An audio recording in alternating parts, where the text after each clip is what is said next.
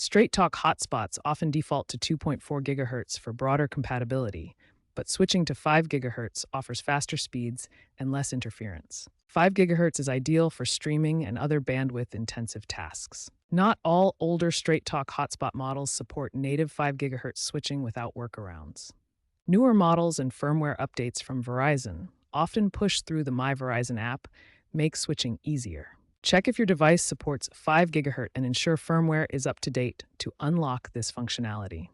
Using 5 GHz on your hotspot prioritizes offloading data from cellular networks, reducing latency and improving overall performance. First, connect a device like your laptop or phone to your Straight Talk Hotspot's Wi-Fi network.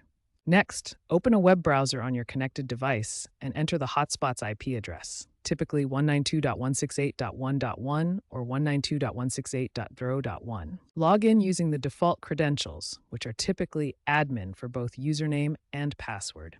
Refer to your device manual if needed. Once logged in, find the Wi-Fi or network settings section in the admin panel. In the settings, look for the 5 GHz band option.